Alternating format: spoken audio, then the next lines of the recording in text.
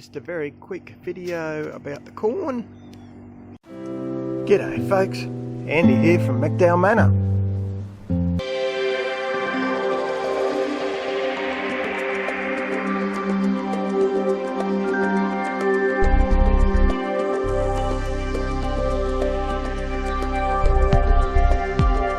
So we had either a rat or a possum attack. You can see it took out a number.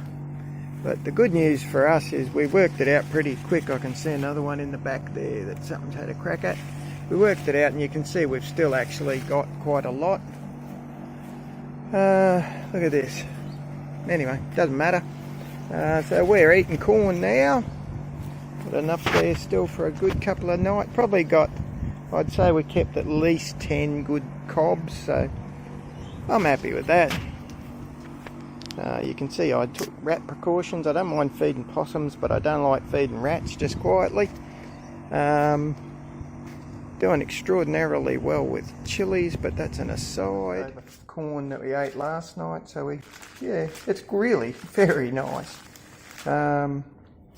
Just on the topic of bloody chilies, you can see I've got another batch there ready for the dehydrator. That's the easy way for me to store and preserve it.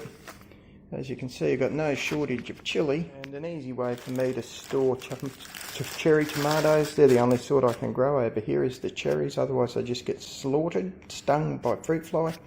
We're actually going to have a vegetarian pasta tonight.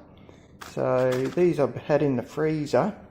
Now everyone says, oh but Andy, you get them out and defrost them and they go all manky and squishy.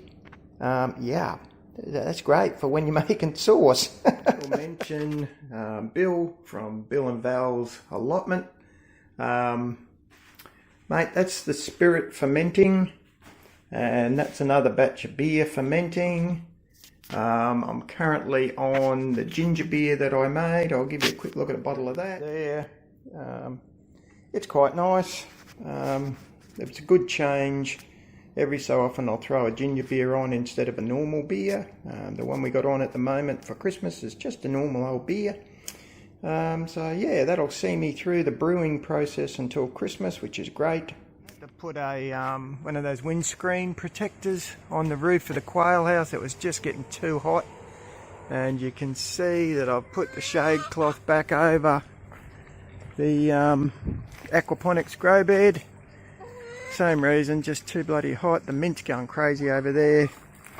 Surprised the chickens are still on the lay. When it gets really, really hot, they go off the lay, but at the moment they're doing pretty well.